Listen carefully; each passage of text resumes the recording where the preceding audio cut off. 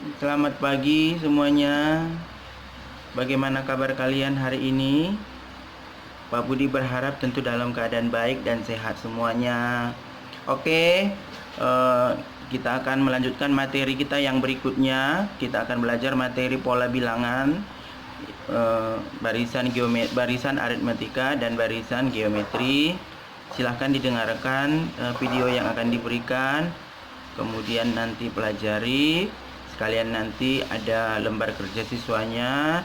Kalau ada pertanyaan silahkan ditanyakan. Jangan lupa untuk selalu melihat ada di buku paketnya masing-masing, dan nanti bisa membantu kalian untuk mengerjakan materi yang akan disampaikan. Oke, mari kita dengarkan materi yang akan disampaikan oleh Pak Budi pada hari ini. Halo, lanjut lagi semuanya. Kita akan menjelaskan, Pak Budi akan menjelaskan materi pola khusus, yaitu pola aritmetika dan pola geometri, ya.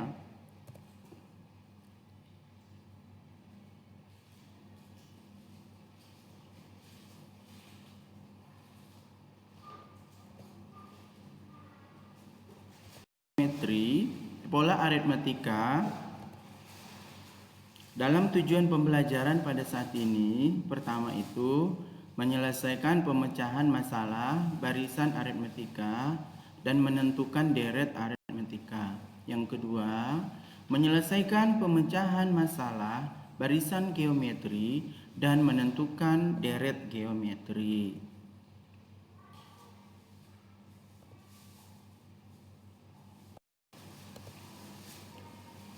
Pertama kita ke pola aritmetika. Pola aritmetika atau suku ke N dari pola aritmetika, bentuk umumnya UN sama dengan A ditambah N dikurangin 1 kita kali B, di mana UN itu adalah barisan aritmetika suku ke N.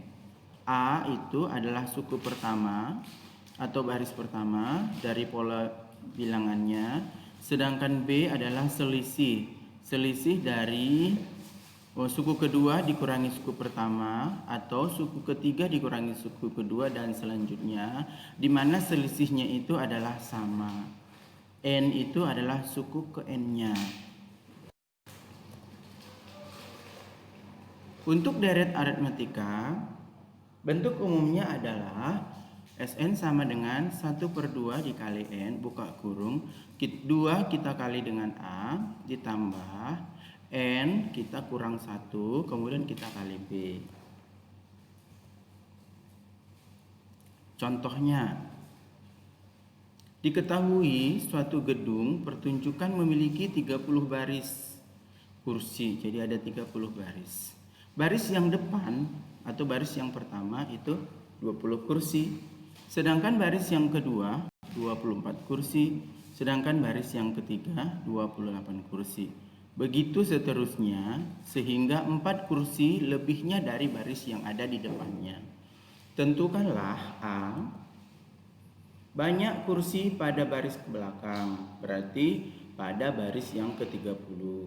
B banyak kursi seluruhnya di gedung tersebut. Yang pertama, untuk menjawab soal ini, tuliskan dulu ya barisan bilangannya atau barisan pertama tadi, kursi paling depan itu 20 kan, kemudian 24, kemudian 20.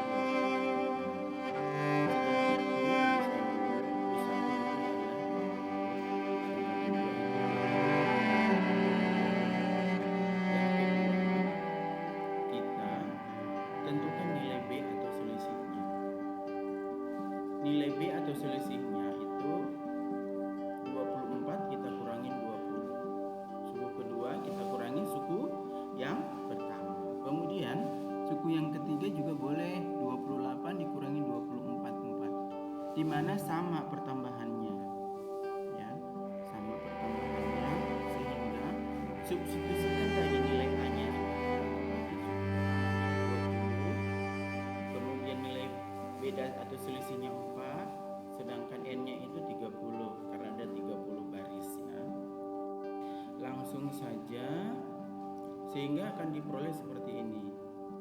Pada baris ke-30 atau pola ke-30 itu akan ditemukan 20 kita tambahin 30 dikurangi 1 itu sama dengan dikali dengan 4. Sehingga diperolehnya 20 ditambah 29 dikali 4, maka 20 kita tambahin 116 sehingga banyak kursi pada baris ke-30 itu ada 136 kursi. Jadi 136 kursi barisnya. Kemudian pertanyaan kedua tadi,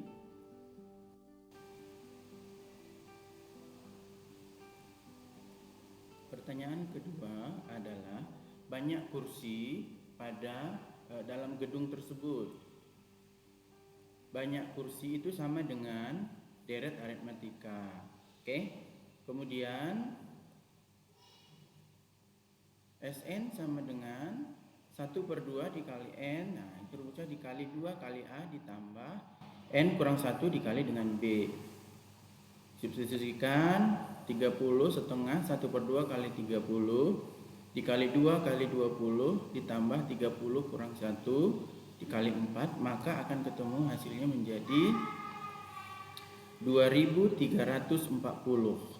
Maka jumlah banyak kursi dalam gedung tersebut 2340. Oke ya, itu saja.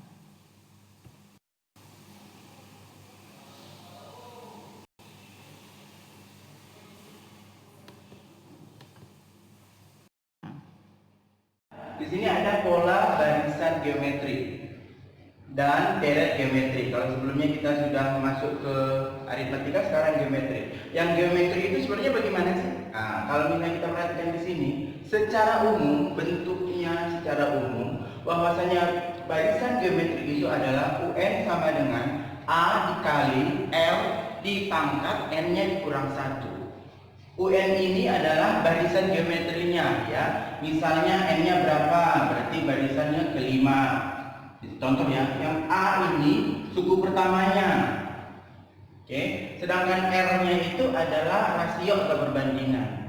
Jadi kalau di aritmatika adalah selisih, sedangkan kalau di geometri itu adalah rasio atau perbandingan. Perbandingan misalnya suku kedua dibagi suku pertama, suku ketiga dibagi suku kedua, suku keempat dibagi dengan suku ketiga, begitu seterusnya.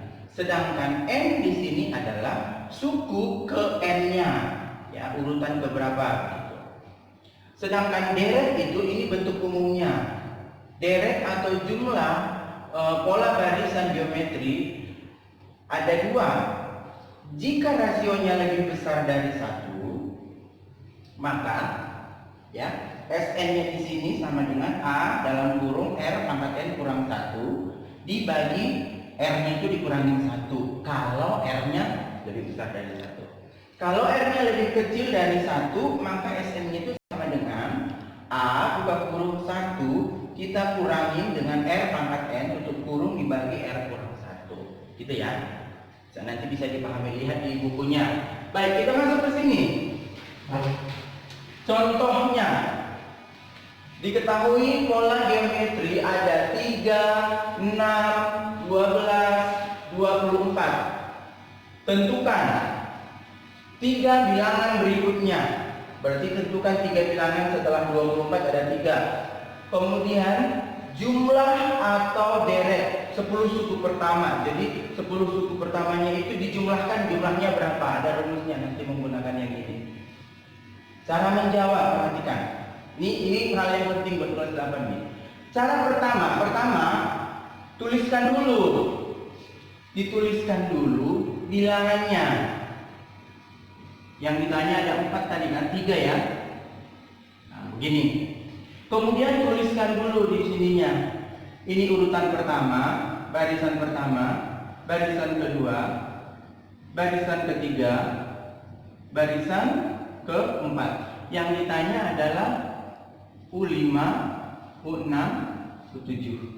Karena 3 berikutnya. Setelah kita buat seperti ini, pertama, kedua. Yang kedua yang kalian lakukan adalah cari rasionya atau R-nya, perbandingannya. Dengan catatan U2 kita bagi U1. U2 berapa? 6. U1-nya berapa? 3. 2. Coba misalnya U3 kita bagi dengan U2. U3 kita bagi dengan U2. Ya kan?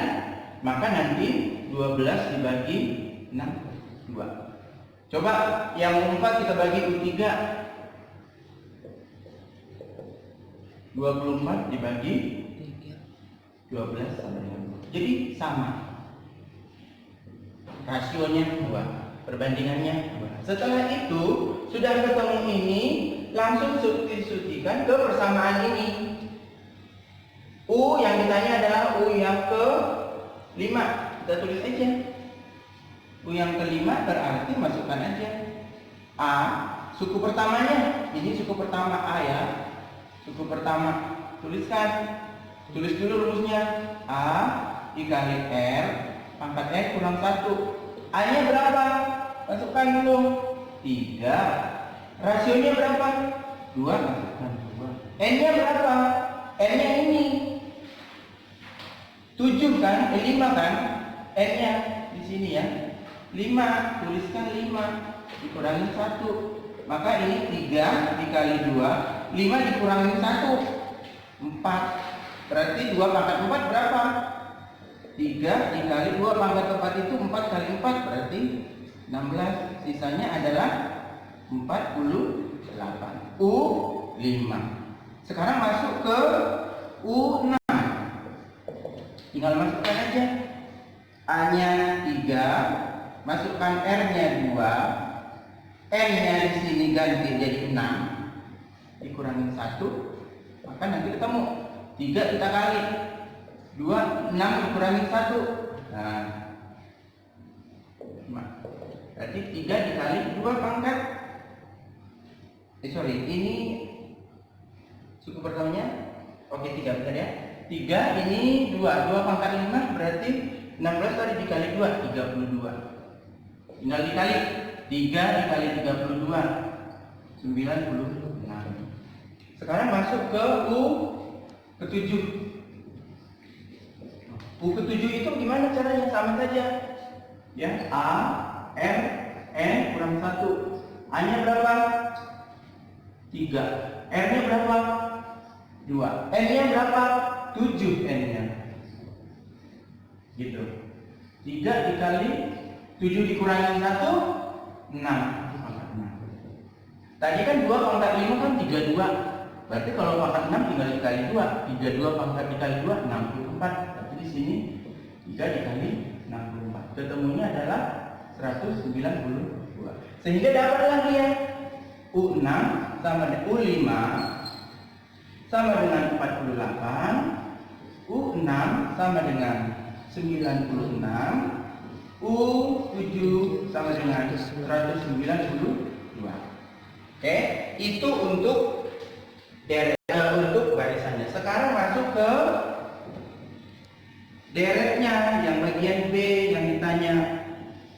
Kalau yang bagian B, misalnya pertanyaannya apa? Tentukan jumlahnya. Ya kan? Kalau jumlahnya berarti R-nya lihat tuliskan dulu. Pertama, rasionya berapa? 2. Apakah rasio lebih besar dari 1 atau rasio lebih kecil dari 1?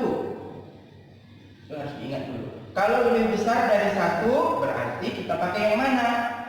Ini. Ya, karena R lebih besar dari 1, maka pakai Sn sama dengan A dikali R pangkat N dikurang 1 per R dikurang 1. Sn deretnya. A-nya suku pertamanya tadi 3. Ya kan? R-nya berapa? 2. Dipangkatin berapa?